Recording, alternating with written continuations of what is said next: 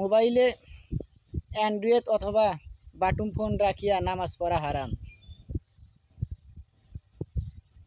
কোরআন শরীফ শিখিয়ে হাদিয়া নেওয়া হারাম। হেদায়েতের মালিক আল্লাহ না।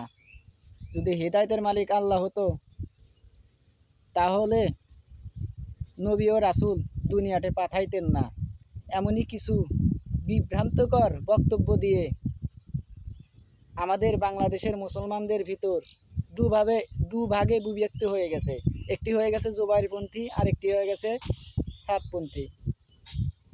তো আমি দু দলে দৃষ্টি আকর্ষণ করছি যে আপনারা হক্কানি আলেম ওলামা, বাংলাদেশের যত হক্কানি আলেম ওলামা আছেন সবাই সাদ সাহেবের অনুসারী এবং জুবাইরপন্থীর অনুসারীরা সবাই একই টেবিলে বসে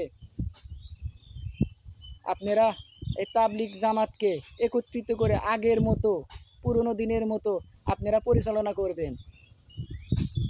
আপনাদের কারণে কিন্তু আমাদের বাংলাদেশের মুসলমানেরা গোলো ধাঁধার মধ্যে পড়ে আছে যে কোন দিকে যাব। তো সাদ সাহেবের পক্ষে যাব না কি আলেমদের পক্ষে যাব। তাই আমরা অতি দূরত্বে বলছি এই বাংলাদেশের মুসলমানদের আপনারা রক্ষা করুন।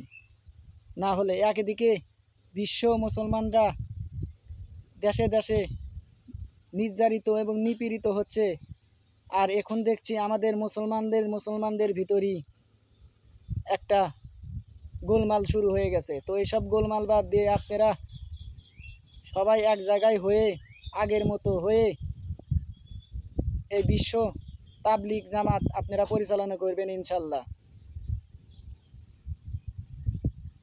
আপনারা যদি এক টেবিলে না বসেন তাহলে আমরা মুসলমানদের ভিতর কিন্তু বিভেদ সৃষ্টি হয়ে যাচ্ছে।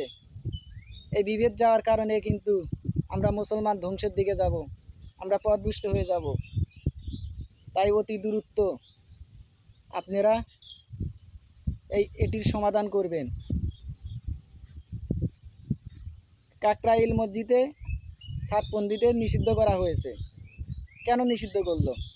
সবাই ঘুমিয়েছিল, তখন তারা দেশীয় অস্ত্রশস্ত্র নিয়ে অতর্কিত হামলা করে তৌহিদি মুসলমানদের উপর হামলা করে নিষ্পাপ কিছু মুসলমানের প্রাণ নিয়েছে, কিছু লোক আহত করেছে, এখনো কিছু লোক মৃত্যুসজ্জায় হাসপাতালে কাতরাচ্ছে।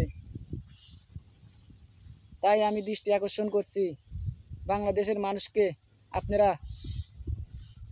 মুক্ত করে দিন, আর এইসব ঝুট ঝামেলা নিয়ে বসে থাকবেন না, একটু সমাধানের দিকে আসবেন ইনশাল্লাহ।